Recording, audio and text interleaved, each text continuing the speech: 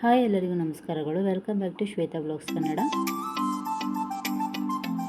ಇನ್ನು ಈ ಒಂದು ಮಿನಿ ಬ್ಲಾಗ್ ಬಂದು ಭಾನುವಾರದ ಒಂದು ಮಿನಿ ಬ್ಲಾಗ್ ಆಗಿರುತ್ತೆ. ಇವತ್ತು ಭಾನುವಾರ ಆಗಿರೋದ್ರಿಂದ ಎಲ್ಲರಿಗೂ ರಜೆಯ ವಾರ ಆಗಿರುತ್ತೆ. ಇನ್ನು ನಮಗೂ ಕೂಡ ಅಷ್ಟೇ. ಮತ್ತು ಇನ್ನು ಇವತ್ತು ಒಂದು ತುಂಬ ಖುಷಿಯಾಗುವಂತಹ ದಿನ ಏನಪ್ಪ ಅಂತ ಹೇಳಿದ್ರೆ ವಿಶ್ವ ತಾಯಂದಿರ ದಿನ ಆಗಿರುತ್ತೆ.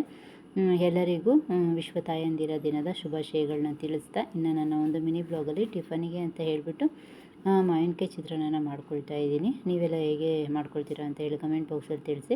ಟಿಫನ್ ಎಲ್ಲ ಮುಗೀತು, ರೆಡಿ ಆಯಿತು. ಫ್ರೆಶ್ ಅಪ್ ಆಗಬೇಕಿತ್ತು. ಆಮೇಲೆ ಫ್ರೆಶ್ ಅಪ್ ಆಗೋಣ, ಫಸ್ಟು ಹುಡುಗರಿಗೆ ಸ್ನಾನ ಮಾಡಿಸೋಣ ಅಂತ ಹೇಳಿಬಿಟ್ಟು ಅವರನ್ನು ಎದ್ದೊಳಿಸ್ಬಿಟ್ಟು ಅವರಿಗೆ ಫ್ರೆಶ್ ಅಪ್ ಮಾಡಿ ಅವ್ರಿಗೆ ಟಿಫನ್ ಕೊಟ್ಬಿಟ್ಟು ಇನ್ನು ನಾನು ಫ್ರೆಶ್ ಅಪ್ ಆಗಬೇಕಿತ್ತು. ಅಷ್ಟರಲ್ಲೇ ಹಸ್ಬೆಂಡ್ ಬಂದರು. ಸರಿ ಆಯಿತು, ಇವ್ರು 3 ಜನಕ್ಕೂ ಟಿಫನ್ ಕೊಟ್ಬಿಡೋಣ ಅಂತ ಹೇಳಿಬಿಟ್ಟು ಇವ್ರು 3 ಜನಕ್ಕೂ ಟಿಫನ್ ಹಾಕ್ಕೊಟ್ಬಿಟ್ಟು ನಾನು ಕೂಡ ರೆಡಿಯಾಗಿ ಹೊರಟಿದ್ದೆ ನಮ್ಮಮ್ಮನ ಮನೆಗೆ.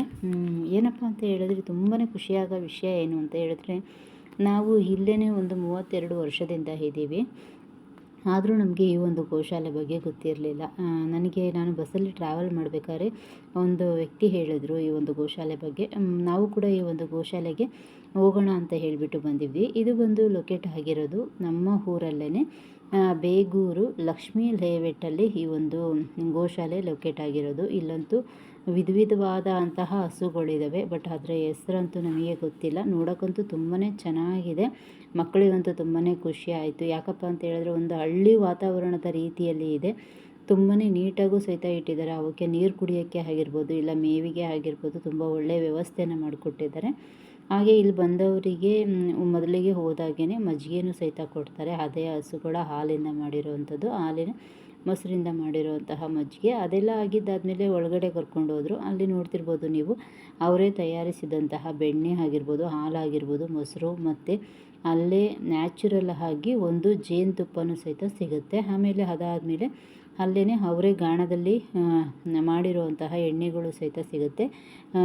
ಏನಂದರೆ ಹರಳೆಣ್ಣೆ, ಹುಚ್ಚೆಳ್ಳೆ ಎಣ್ಣೆ, ಹಾಗೆ ಸಾಸಿವೆ ಎಣ್ಣೆ, ಕೊಬ್ಬರಿ ಎಣ್ಣೆನೂ ಸಹಿತ ಸಿಗುತ್ತೆ. ಇನ್ನು ಹಸುಗಳ ಜೊತೆ ಹಾಗೆ ಮಕ್ಕಳಿಗೆ ಒಂದೊಂದು ಫೋಟೋನೂ ಸಹಿತ ತೆಗೆದ್ವಿ. ತುಂಬಾ ಚೆನ್ನಾಗಿತ್ತು. ಹಸುಗಳಂತೂ ನಮಗೆ ಹೇಗೆ ತಾಯಂದಿರು ಮುಖ್ಯ ಆಗಿರುತ್ತೋ ಆ ಹಸುಗಳಿಗೂ ಸಹಿತ ಅಷ್ಟೇ ತಾಯಂದಿರು ಮುಖ್ಯ ಆಗಿರುತ್ತೆ. ಇನ್ನು ಸಂಜೆ ಮನೆಗೆ ಬಂದಮೇಲೆ ವಿಶ್ವ ಅಮ್ಮಂದಿರ ದಿನಾಚರಣೆ ಆಗಿರೋದ್ರಿಂದ ಒಂದು ಚಿಕ್ಕದಾದಂತಹ ಅವರ ಖುಷಿಗೆ ಒಂದು ಕೇಕ್ನ ತೊಗೊಂಡು ಬಂದ್ವಿ.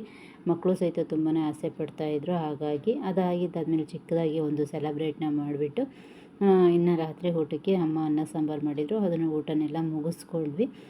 ಏನಪ್ಪ ಅಂತ ಹೇಳಿದ್ರೆ, ಕೊನೆಯ ತನಕ ಇರದೇ ಹೋದರೂ ಉಸಿರಿರುವ ತನಕ ನನ್ನ ಬಗ್ಗೆ ಚಿಂತೆ ಮಾಡುವವಳು ಅಂದರೆ ಅದು ನಮ್ಮ ಅಮ್ಮ ಮಾತ್ರ ಆಗಿರುತ್ತೆ. ನಿಮಗೆ ಅನಿಸಿದರೆ ಕಮೆಂಟ್ ಬಾಕ್ಸಲ್ಲಿ ಹೌದು ಅಂತ ತಿಳಿಸಿ. ಹಾಗೆ ವಿಶ್ವ ಅಮ್ಮಂದಿರ ದಿನಾಚರಣೆ ಶುಭಾಶಯಗಳನ್ನ ಮತ್ತೊಮ್ಮೆ ತಿಳಿಸ್ತಾ, ತಾಯಿ ಯಾವತ್ತಿಗೂ ನಮಗೆ ದೇವ್ರ ರೂಪ ಆಗಿರ್ತಾರೆ. ನನ್ನ ಒಂದು ಬ್ಲಾಗ್ ನಿಮಗೆ ಇಷ್ಟ ಆಗಿದೆ ಪ್ಲೀಸ್ ಒಂದು ಲೈಕ್ ಮಾಡಿ, ಕಮೆಂಟ್ ಮಾಡಿ. ಧನ್ಯವಾದಗಳು.